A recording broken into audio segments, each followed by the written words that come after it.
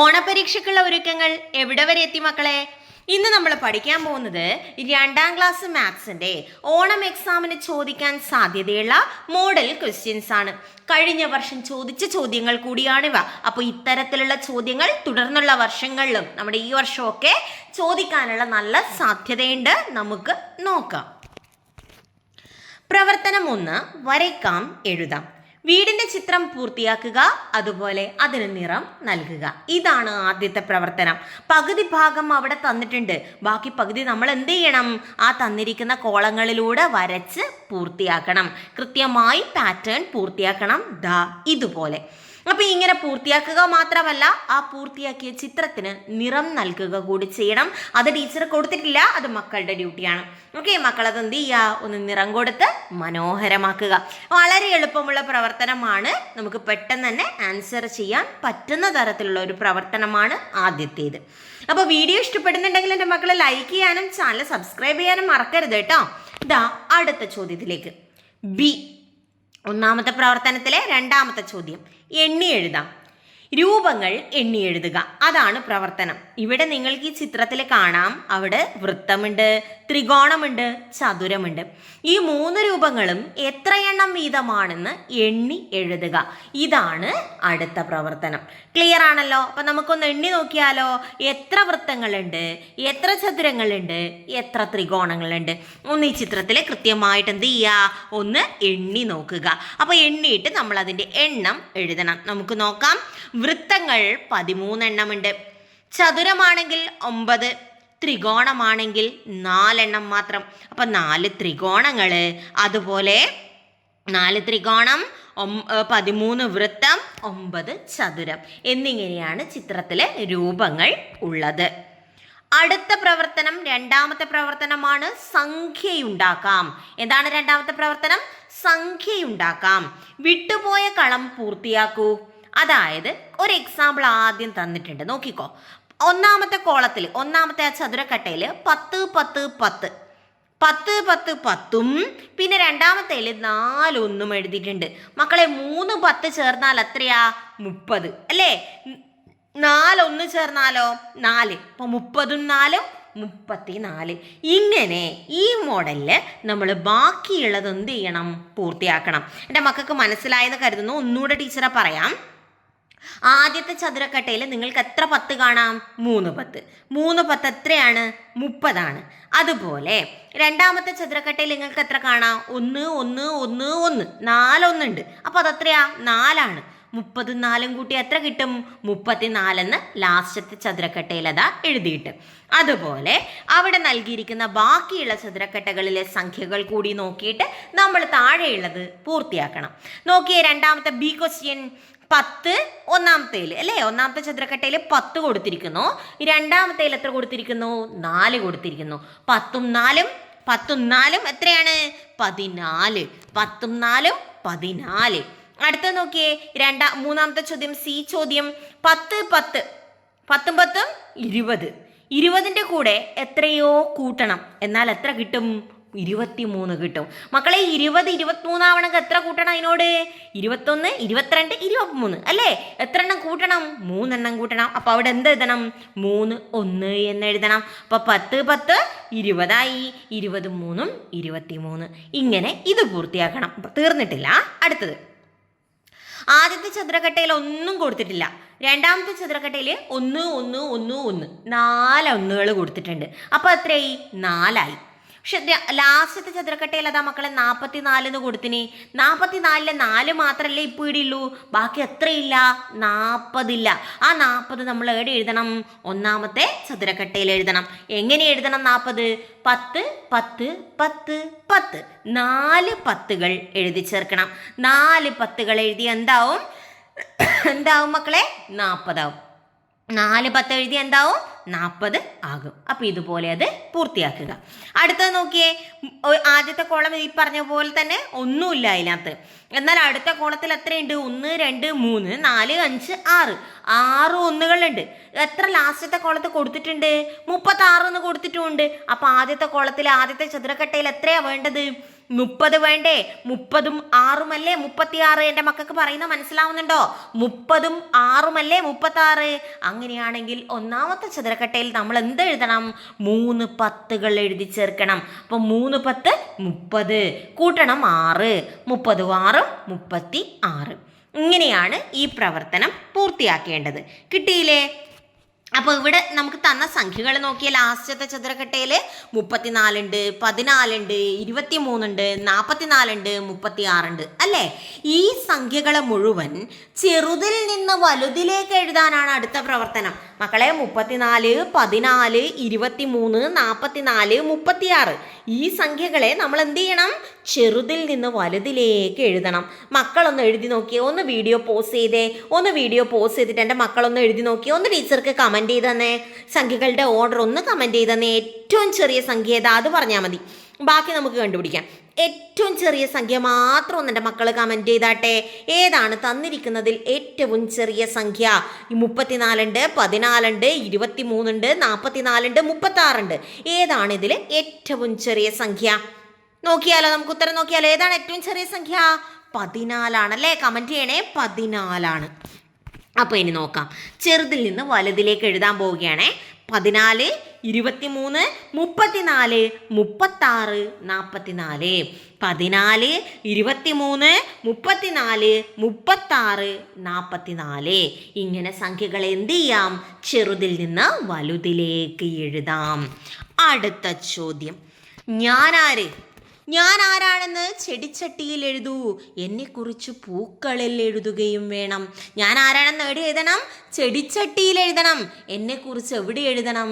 ആ പൂക്കളിൽ എഴുതുകയും വേണം. നമുക്ക് നോക്കിയാലോ. ഇതാണ് തന്നിരിക്കുന്നത്. ഈസിയായി കണ്ടുപിടിക്കാം മക്കളെ. ഇതാ ഇവിടെ ഒന്ന് കൊടുത്തിട്ടുണ്ട്. 30നേക്കാൾ 2 കൂടുതൽ. 30നേക്കാൾ 2 കൂടുതൽ. 30നോട് 2 കൂട്ടി എത്രയാ കിട്ടുക? 30ഉം 2ഉം 32. അപ്പം ആരാ ആള്? നമ്മൾ ചെടിച്ചട്ടിയിൽ എഴുതേണ്ട നമ്പർ എത്രയാണ്? 32 എന്ന് എഴുതണം.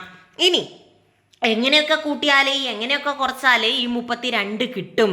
അതാണ് അടുത്തതായിട്ട് എഴുതേണ്ടത്. നമുക്കതൊന്ന് എഴുതി നോക്കിയാലോ. മക്കളൊന്ന് സ്വന്തമായിട്ട് എഴുതി നോക്കണേ. എങ്ങനെയൊക്കെ കൂട്ടിയാൽ എങ്ങനെയൊക്കെ കുറച്ചാൽ നമുക്ക് 32 കിട്ടും. എഴുതി നോക്കാം. നോക്കിയേ മക്കളെ. 35നേക്കാൾ 3 കുറവ് എത്രയാണ്? 32 ആണ്. 35ന്ന് 3 കുറച്ചാൽ എത്ര കിട്ടും നമുക്ക്? 32 കിട്ടും. അപ്പം 35നേക്കാൾ 3 കുറവാണ് 32.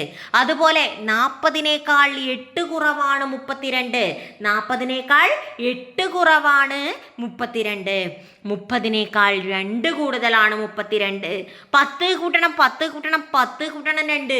3 10 അടിയില്ലത് അല്ലേ? 10 10 10 3 10 30ആയി. 30ൻ്റെ കൂടെ 2 കൂട്ടിയാൽ എത്രയായി?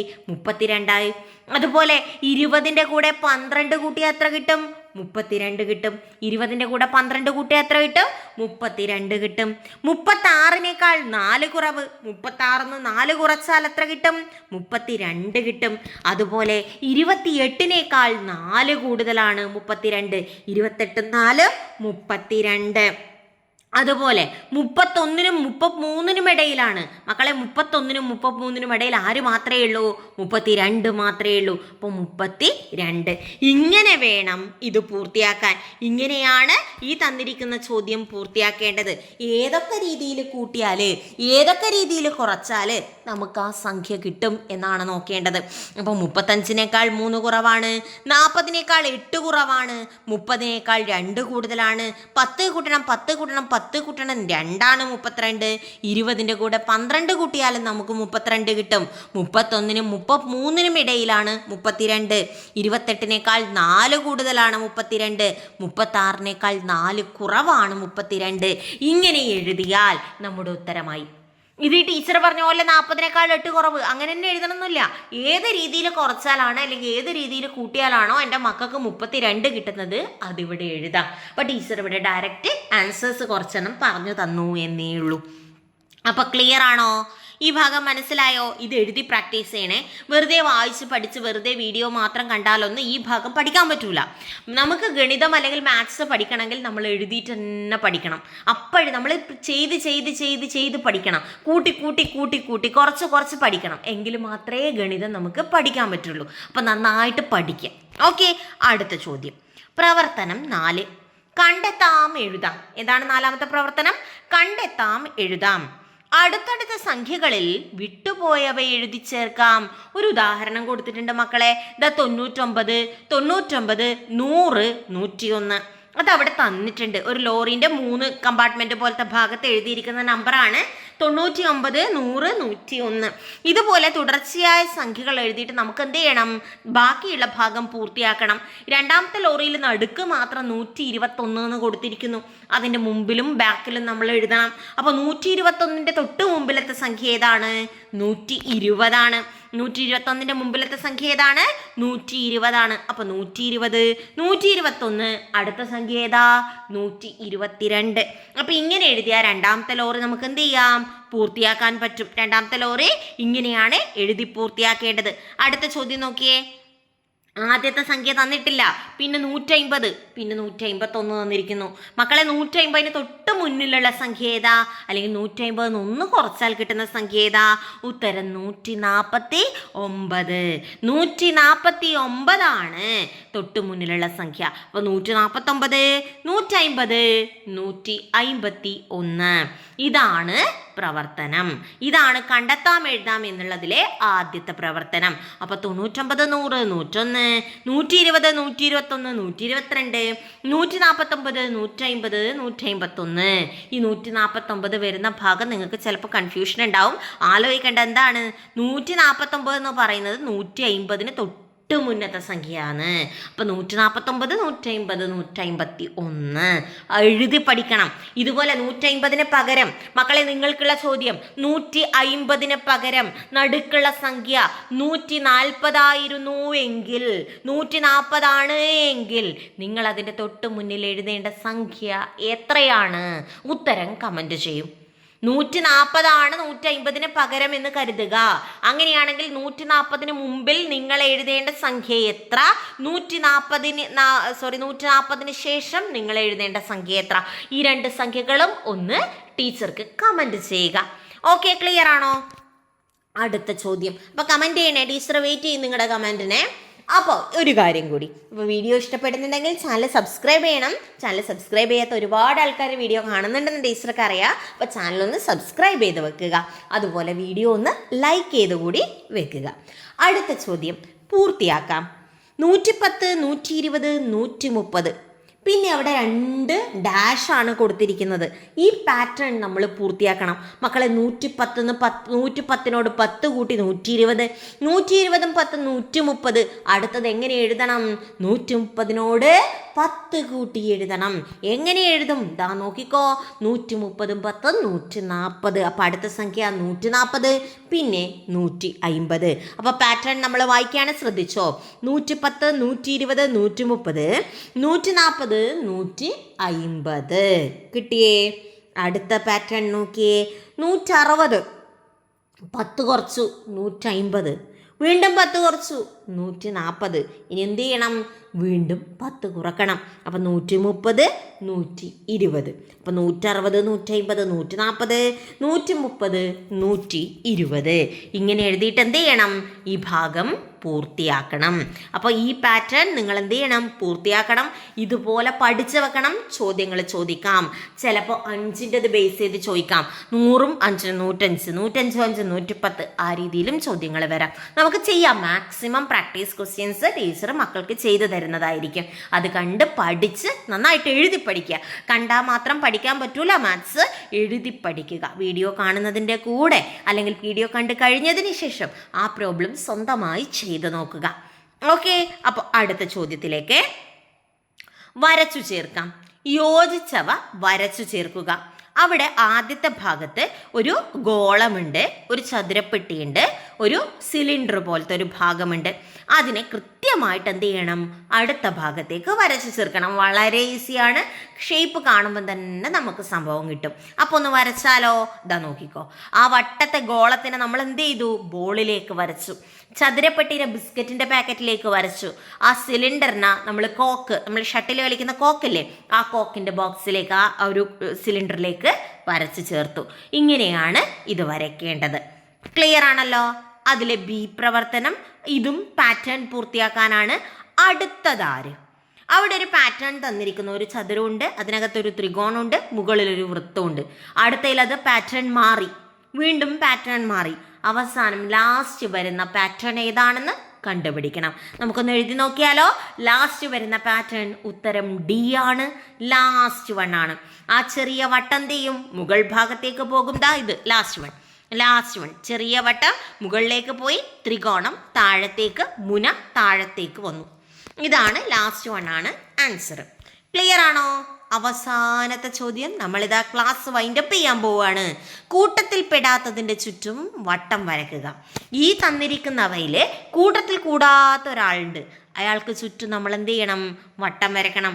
ആദ്യത്തത് നോക്കിയ ഒരു ബിസ്ക്കറ്റാണ്, രണ്ടാമത്തത് ഒരു തീപ്പെട്ടിയാണ്, മൂന്നാമത്തത് ഒരു സോപ്പാണ്. ഇതിൻ്റെയൊക്കെ ഷേപ്പ് ഏകദേശം ഒരുപോലെയല്ലേ? അതെ. അപ്പോൾ കൂട്ടത്തിൽ പെടാത്തത് ആരാണ്? ആ ലാസ്റ്റ് വൺ ആണ്. ചോക്ലേറ്റ് എന്ന് എഴുതിയ ആളാണ്. അതിൻ്റെ ആകൃതി ഏകദേശം ത്രികോണാകൃതിയിലാണ് അത് വരുന്നത്. അപ്പോൾ അതാണ് കൂട്ടത്തിൽ പെടാത്തത്. അപ്പോൾ ഇത്രയാണ് നമ്മുടെ ഇന്നത്തെ ക്ലാസ്. വീഡിയോ ഇഷ്ടപ്പെട്ടിട്ടുണ്ടെങ്കിൽ ചാനൽ സബ്സ്ക്രൈബ് ചെയ്യാനും വീഡിയോ ലൈക്ക് ചെയ്യാനും മറന്നു പോകരുത് കേട്ടോ. അപ്പം നന്നായിട്ട് പഠിക്കുക. എക്സാമിന് നമുക്ക് ഫുൾ മാർക്ക് സ്കോർ ചെയ്യാൻ പറ്റും. ഈസി ആയിരിക്കും എക്സാം. നിങ്ങളൊന്ന് നന്നായി പഠിച്ചാൽ മാത്രം മതി. അപ്പോൾ അടുത്ത ക്ലാസ്സിൽ കാണാം മക്കളെ. Good bye.